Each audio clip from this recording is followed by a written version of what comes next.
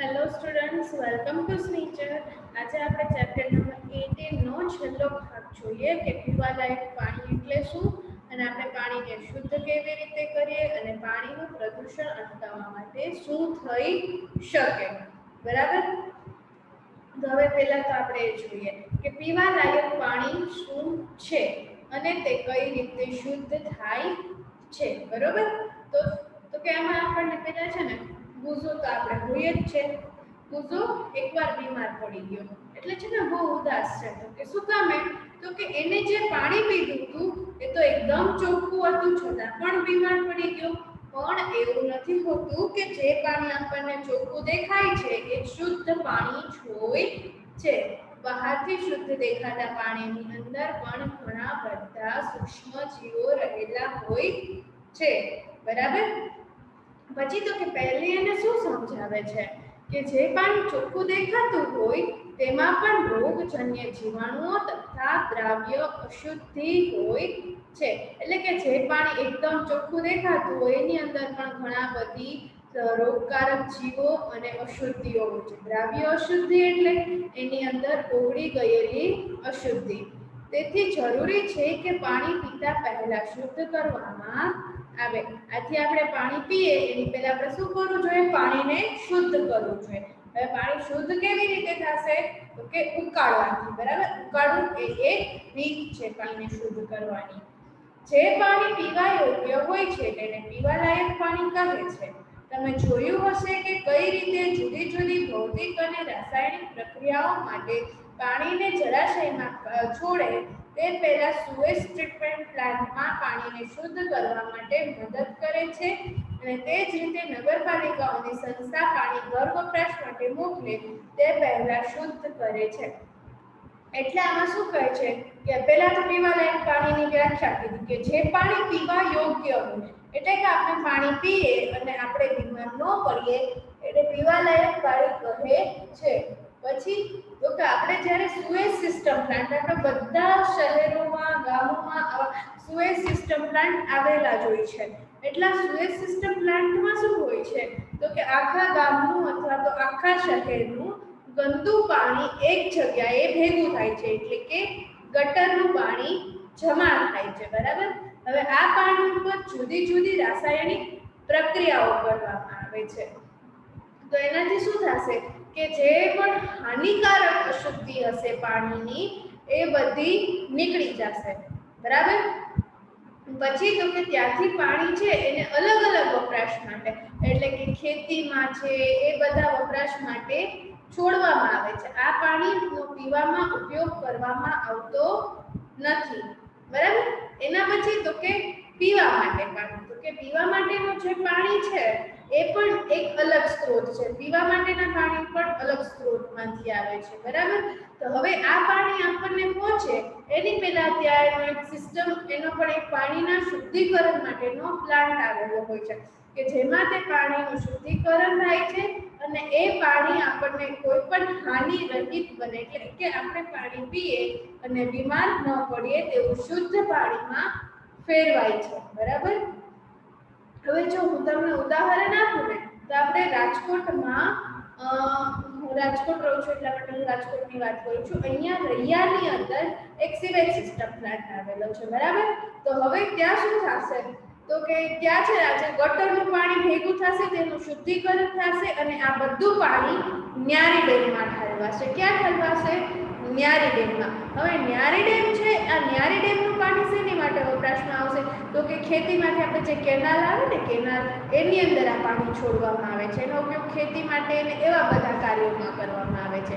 પછી તો કે પીવાનું પાણી ક્યાંથી આવશે તો કે રાજકોટમાં બીજો આજી ડેમ આવેલો છે. બરાબર. તો આજી ડેમનું પાણી છે કે આજી ડેમ પાસે જેનો પાણીનો પ્લાન્ટ આવેલો છે પાણીના શુદ્ધિકરણનો, એમાં શુદ્ધ થશે અને નગરપાલિકાની પાઇપલાઇન મારફતે ઘરે ઘરે પહોંચે છે. પણ સૌથી શું કહેવાય આશ્ચર્યની વાત એ છે કે દુનિયાની 25% વસ્તીને પીવાનું સલામત પાણી મળતું નથી. એટલે કે પીવાનું શુદ્ધ પાણી દુનિયાના 25% માણસોને મળી રહ્યું નથી. બરાબર. તો હવે જોઈએ કે પાણીને કેવી રીતે શુદ્ધ કરવામાં આવે છે. તો કે પાણીને કેવી રીતે ગાળવામાં આવે છે અને આ પાણી અશુદ્ધિઓ દૂર કરવાની ભૌતિક પદ્ધતિ છે. કેન્ડલ ફિલ્ટર તરીકે જાણીતું ફિલ્ટર છે. એટલે એક પદ્ધતિ શું છે તો કે પાણીને ગાળવાની, બરાબર.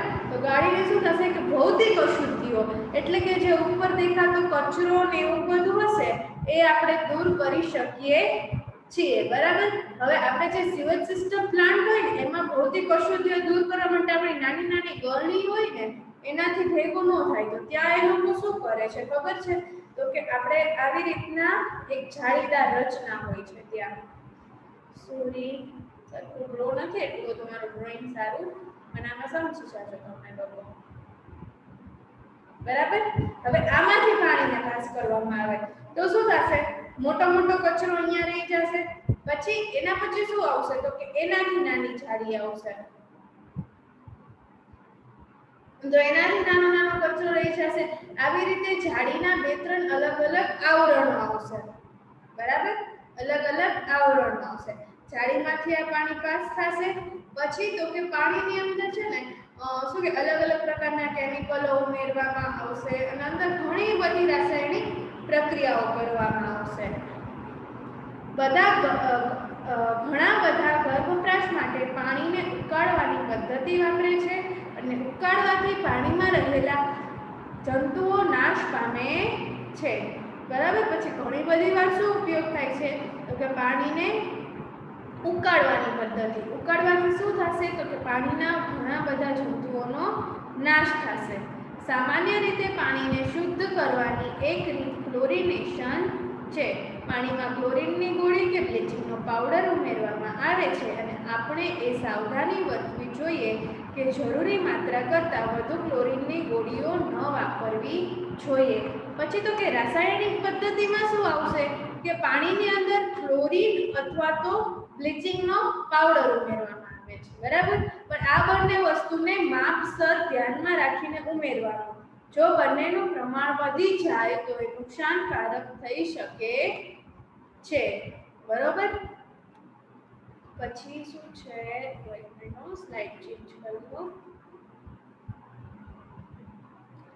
ઓકે, જો હવે તો કે આપણે પાણીને શુદ્ધ કરવા માટે શું કરી શકીએ છીએ, બરાબર. શું થઈ શકે પાણીનું પ્રદૂષણ અટકાવવા માટે તો કે નદી કે તળાવમાં પ્રદૂષિત પાણી સીધું ન ઠાલવાય તે માટે ઔદ્યોગિક એકમો માટેના કાયદાઓનો સખ્તાઈથી અમલ કરવો જોઈએ. એટલા માટે જો આપણે પાણી અશુદ્ધ થાય છે એનું એક મૂળભૂત કારણ શું છે તો કે બધા ઉદ્યોગો છે, કાપડ ઉદ્યોગ છે, રાસાયણ ઉદ્યોગ છે, કાગળ ઉદ્યોગ છે, પછી આ વિદ્યુત મથકો છે, આ બધાના પાણીઓ સીધા નદીઓમાં ઠલવાય છે. આ બધા ઉદ્યોગોના અશુદ્ધ પાણીઓ, તો અશુદ્ધ પાણીઓને સીધા નદીમાં ઠાલવવા જોઈએ નહીં. એની ઉપર ચોક્કસ પદ્ધતિ શું કે પ્રક્રિયાઓ થવી જોઈએ, બરાબર. આ પ્રક્રિયાઓ થશે તો શું થશે કે પાણીની અશુદ્ધિઓ ઓછી થઈ જશે, બરાબર. અને આની માટે સરકારે નિયમો બનાવેલા છે તો એ નિયમોનું પાલન થવું જોઈએ. દરેક ઔદ્યોગિક વિસ્તારમાં વોટર ટ્રીટમેન્ટ પ્લાન્ટ નાખેલો હોવો જોઈએ. એટલે કે બધા ઔદ્યોગિક વિસ્તારમાં શું હોવું જોઈએ તો કે વોટર ટ્રીટમેન્ટ પ્લાન્ટ. એટલે કે શું કામ તો કે ત્યાંનું પાણી અશુદ્ધ પાણીનો નિકાલ થાય નહીં. પોતાના સ્તરે પણ આપણે પાણીનો વિવેકપૂર્વક રીતે વાપરવું જોઈએ, તેનો બગાડ ન થવો જોઈએ. આપણે લોકો પાણી છે ને વધારે પ્રમાણમાં વેસ્ટ કરવું જોઈએ નહીં. તમે વિચાર કરો છો એક નળ છે, બરાબર. એક નળ સતત ને માટે ટીપું ટીપું ટીપું ટપક્યા જ રાખે છે. તો આ નળ આખું વર્ષ 24 કલાક ટપકે તો અંદર કેટલું પાણી બગડશે. માની લઈએ કે એક દિવસની 4 ડોલ, તો 365 ગુણ્યા 4 ડોલ કરો તો આવા તો આખી દુનિયાની અંદર કેટલા નળ હશે, તો કેટલા પાણીનો બગાડ થતો હશે આવા ટીપે ટીપે ઢોળાતા પાણીથી, બરાબર. એ સિવાય તો કે આપણી રોજિંદી ક્રિયાઓમાં આપણે સવારમાં જ ઉઠીએ, બ્રશ કરવા જાય, આપણે છેક સુધી બ્રશ કરી લઈએ ત્યાં સુધી જો પાણીનો નળ ચાલુ રાખીએ તો તમે વિચારો કે આખા વર્ષ દરમિયાન કેટલા પાણીનો બગાડ થઈ જાય, બરાબર. એના સિવાય તો કે આપણે રિડ્યુસ, રીયુઝ અને રીસાયકલ આ મંત્રનો ઉપયોગ કરવો જોઈએ. રિડ્યુસ એટલે તો કે કોઈ પણ વસ્તુનો બગાડ ઓછો કરવો, બરાબર. પછી રીયુઝ એટલે ફરીને ફરી વાપરવું, અને રીસાયકલ એટલે તો આપણે પ્લાસ્ટિક છે, બરાબર, પ્લાસ્ટિકની કોથળીઓ છે એ હવે કઈ કામની નથી, તો એ બધી જમા કરીને એટલે બધા મીણવા વાળા રહી જાય છે ને, તેને ઓગાળીને ફરીથી એમાંથી કંઈક બનાવે છે, એ શું થયું? તો કે રીસાયકલ, બરાબર. રીયુઝ, રિડ્યુસ અને રીસાયકલ, આ ત્રણેયનો આપણો મંત્ર હોવો જોઈએ. આપણે ઘરકામ માટે સર્જનાત્મક રીતે વિચારીએ તો વાપરેલા પાણીને જ ફરી વાપરી શકીએ. ઉદાહરણ તરીકે શાકભાજી ધોવામાં વાપરેલા પાણીને બગીચામાં છોડને નાખવા માટે વાપરી શકાય, બરાબર. આપણે જો બહારથી શાકભાજી લઈ આવ્યા, શાકભાજી ધોયું, તો હવે એ પાણીને આપણે ક્યાં, આપણે ગટરમાં નાખી દેવાના છીએ. એના કરતાં બેટર છે કે આપણા ઘરમાં જે કુંડા હોય કે પછી બગીચો હોય એમાં નાખી દઈએ. એના સિવાય તો કે હવે તો મોસ્ટલી બધા મોટા મોટા એપાર્ટમેન્ટ્સ ને બધું બને છે ને, એમાં એવી રીતની સિસ્ટમ થઈ ગઈ છે. આપણે પહેલા શું હતું કે વરસાદ આવે ને એટલે પાણીનો દંડોળો નીચે પડે, બરાબર. વરસાદનું પાણી ટેરેસ ઉપર પડેલું હોય, અગાસી ઉપર, એ બધું પાણી નીચે પડે. પણ હવે ક્યાંય એવી રીતે પાણી નીચે પડતું નથી, પણ એ જે ઉપર અગાસી હોય ને ત્યાંથી જે પાણી નીચે ભૂગર્ભમાં ઉતારી દેવામાં આવે પાઇપ મારફતે. આથી શું થશે કે વરસાદના પાણીનો સંગ્રહ થશે, તો એ પણ એક રીતે પાણી આપણે બચાવ્યું જ કહેવાય ને, પાણીનો સંગ્રહ જ કર્યો કહેવાય. આથી શું થશે કે ભૂગર્ભ જળની સપાટી ઊંચી આવવાની સંભાવના છે. પ્રદૂષણ હવે કઈ દૂરની વાત નથી રહી, આપણા રોજિંદા જીવનની ગુણવત્તા પર અસર કરી રહ્યું છે. જો આપણે બધા આપણી જવાબદારી નહીં સમજીએ અને પર્યાવરણલક્ષી પદ્ધતિઓ નહીં વાપરીએ તો આપણા ગ્રહનું ટકી રહેવું જોખમ ભર્યું છે. એટલે કે અત્યારે પ્રદૂષણ એટલી હદે વધી રહ્યું છે, જો આપણે લોકો એકદમ જવાબદારીથી નહીં રહીએ, સમજદારી નહીં દાખવીએ, બરાબર, આપણે જાગૃત નહીં થઈએ અને આ પ્રદૂષણને અટકાવીશું નહીં, તો આપણે પૃથ્વીનો નાશ થતાનો દિવસ કઈ દૂર છે નહીં. તો અહીંયા આપણું આ ચેપ્ટર પૂરું થાય છે.